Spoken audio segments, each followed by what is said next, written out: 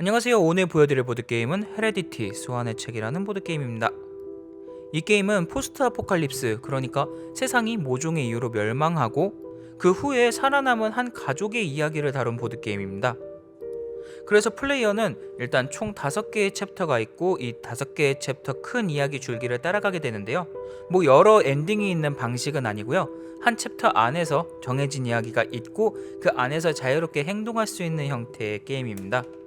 저는 일단 2번째 챕터까지 플레이 해보았는데요.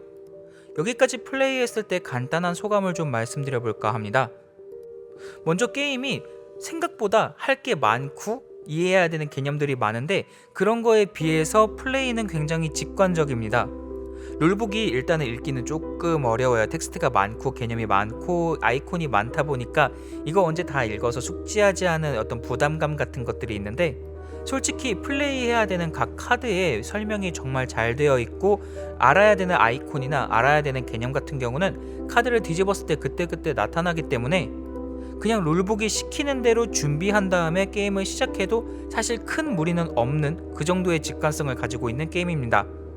대신에 전투 시에 카르마 덱에서 카드를 뽑거나 하는 그런 부분들은 좀 알고 있어야 되는 부분들이 있어서 조금은 어렵더라도 플레이 전에 룰북 한 번 정도는 읽어보시는 걸 추천합니다. 특히 타임라인에 카드를 연결하는 방법이라든가 전투 때 데미지 판정이라든가 이런 부분들 같은 경우는 조금 룰북을 숙지하시는 게 좋습니다.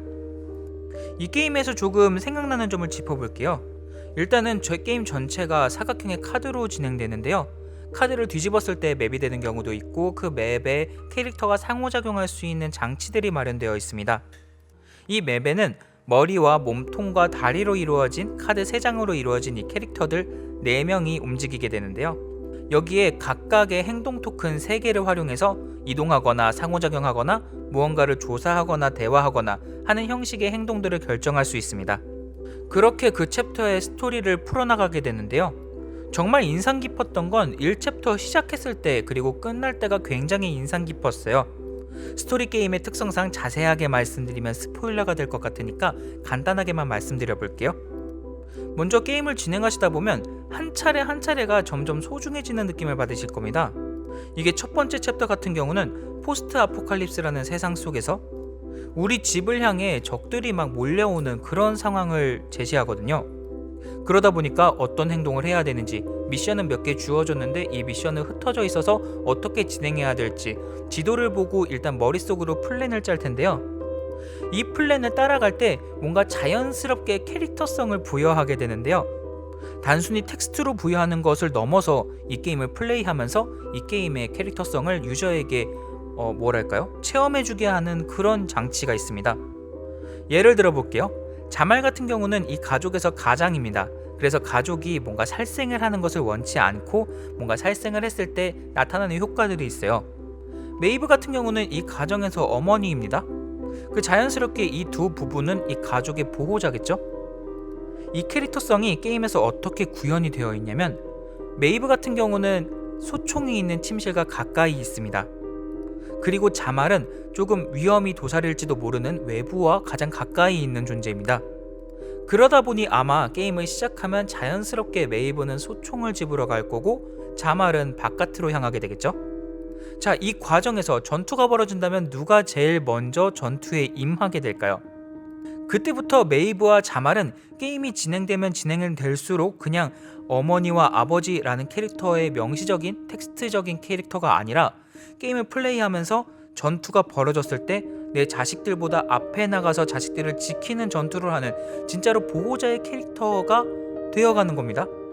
이런 부분들은 보통 게임에서 굉장히 잘 만든 UX라고 하는데요. 이런 지점들을 의도했을 거라고 생각합니다. 그래서 챕터 1이 끝날 때쯤이면 나도 모르게 이 가족에 이입을 하게 되는데요.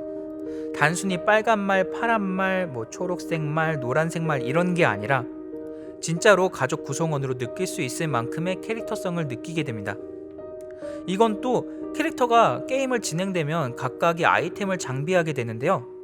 이런 아이템 역시 캐릭터성을 부여하는데 무기를 가지고 있으면 아무래도 전투에서 앞서 나간다고 말씀드렸었죠.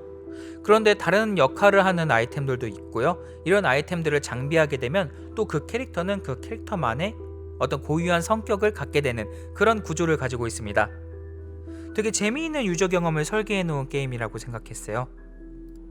레거시적인 요소가 아예 없는 건 아닌데 근데 게임의 구성물이 파괴되거나 또 그런 건 없어서, 그리고 대부분의 게임들이 카드로 진행되다 보니까 저장도 어려운 편은 아닙니다. 그래서 그냥 시간 많이 들여서 챕터 5까지 진득하게 진행해 볼 수 있을 것 같아요. 이건 여담인데 NPC 펀칭 타일을 펀칭할 때 그걸 보는 것만으로 스포가 될 수 있다는 이야기를 어디서 봤었거든요. 저는 최대한 흐린 눈을 하고 펀칭 타일을 전부 펀칭한 다음에 각 챕터별로 비닐백에 담아서 어디 이렇게 잘 보관해 두었습니다. 여담이지만 NPC에 관련되어 있는 게 룰북이나 어디 자세히 나와 있지 않아서 NPC 찾는 팁을 하나 드리면, 카드를 오픈했을 때 그 카드 번호가 NPC 캐릭터 밑에 있는 번호랑 일치합니다. 그래서 NPC 타일이 막 섞여 있어도 이 카드에서 등장한 NPC를 배치하기 위해 찾을 때 그 번호만 찾으시면 되는 그런 좋은 팁이라고 할까요? 그런 게 하나 있고요. 그리고 챕터를 진행하다가 뭐 카드 하나가 누락됐거나 뭐 하나를 상호작용해야 되는 걸 누락하면은 진행이 굉장히 더뎌집니다. 그래서 꼭 맵 카드로 오픈할 때는 상호작용 토큰 먼저 꼼꼼하게 깔아두시면 진행이 수월할 거예요. 요 정도의 정보만 보시고 플레이 하시더라도 헤레디티는 굉장히 재미있게 즐기실 수 있습니다. 저는 2명이서 플레이를 하다가 저 혼자서도 한번 플레이를 해보았는데요. 아무래도 3명 이상 넘어가게 되면 조금 재미가 반감될 것 같고요. 한 2명 정도가 적당히 재미있게 즐길 수 있는 인원수인 것 같습니다. 물론 스토리 게임이기 때문에 혼자 플레이해도 충분히 이 재미는 즐기실 수 있고요. 자, 오늘 보여드릴 보드게임 헤레디티에 대한 소개는 여기까지 할게요. 시청해주셔서 감사합니다. 다른 날 다른 보드게임으로 돌아올게요. 안녕.